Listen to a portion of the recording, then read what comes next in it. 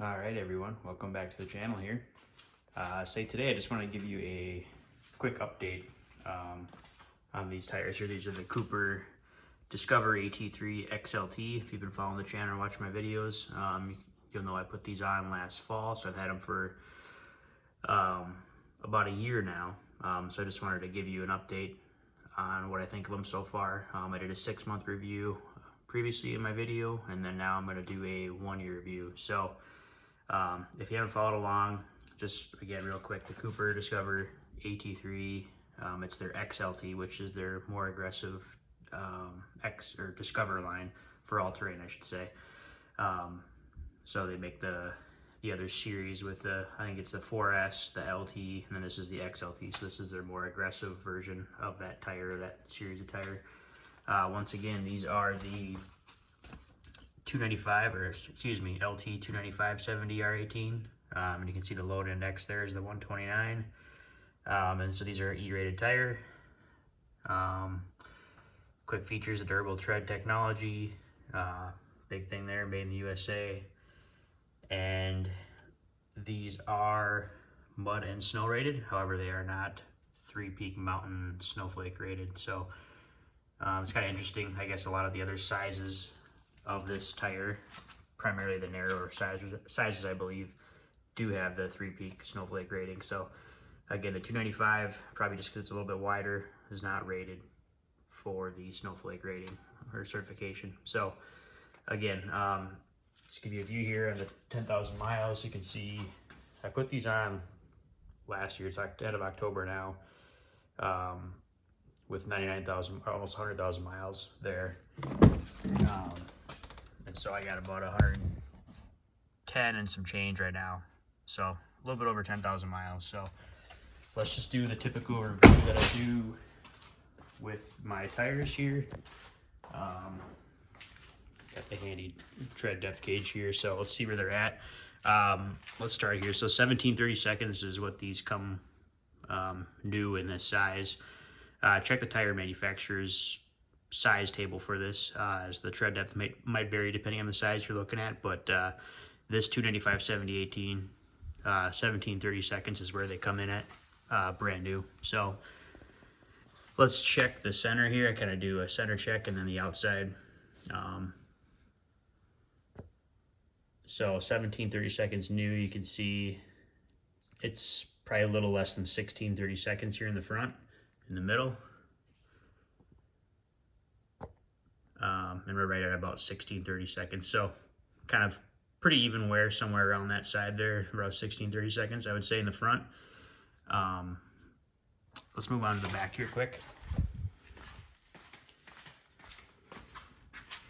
And I rotate these about every 5,000 to 6,000 miles. It's kind of what I've been doing lately. So with 10,000, it's due for what would be its second rotation now, since I bought them new. So let's do the depth here. So that's probably a little over 16-30 seconds in the middle. Kind of hung up on me there. Let's try it again here on the outside. And once again, right around that 16-30 seconds. So pretty even wear front and back. One thing to note here, I guess, would be this. In the video here, you can see Cooper kind of claim to fame here with this zigzag pattern here. Can't remember what the exact name is here, but they have this on the inside channel of the features here, and it's a snow groove. It's like a zigzag technology. I can't remember what it's called, but it's meant to kind of adhere snow or pack snow here for enhanced traction. So you can see that goes down, I don't know how much here, but just say probably 30 seconds or so from where I'm at now. So there's quite a bit of life left of that too. I was curious just how far down that would go and when I would see those disappear or wear away, but they're still there, quite a bit of depth. So kind of a cool feature that they have here. See if I can get a better view there. Yeah, you can see they're on the like inside and outside channels of the tread compound or the pattern here. Plenty of siping. So phenomenal tire for wet traction, winter traction. It's got these wide lateral grooves on the outmost inner channel and outer channel.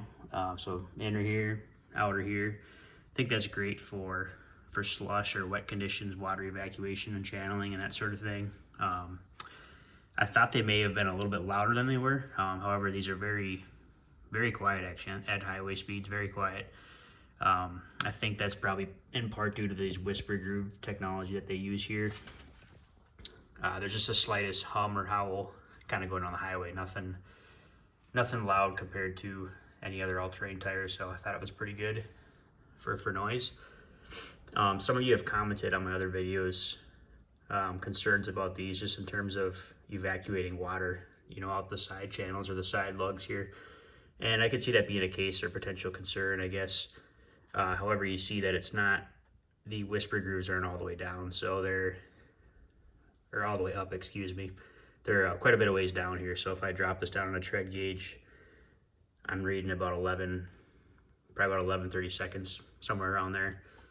So they don't go all the way up to the actual tread blocks here. So I think in terms of function, yeah, they may hold up some water here in terms of wicking it out to the sides here. However, I think it still allows passage there for water to escape, thus enhancing your traction during wet or wintry conditions.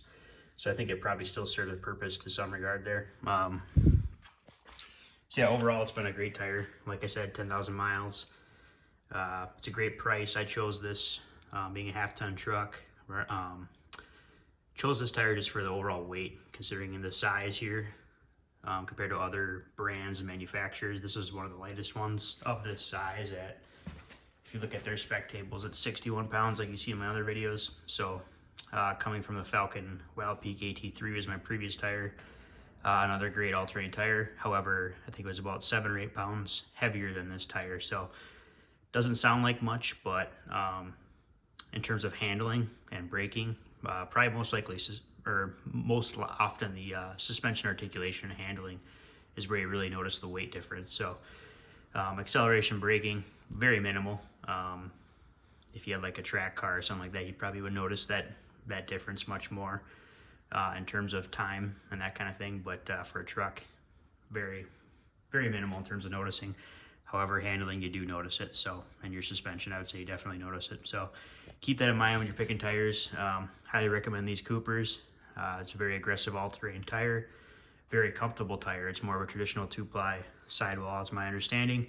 And I definitely see that in terms of the ride comfort, especially on my half-ton F-150, compared to some of the other tires I've had with probably a much thicker, less forgiving, or less giving sidewall, I should say. So there's pros and cons to that. Just got to decide what works for you. I was opting for a little bit more comfort with this sidewall design, and so far I've been happy with it. So if you guys have any other questions or want to know more information about this tire, just feel free to drop a comment below on the video here, and I'd be happy to answer. So thanks for watching.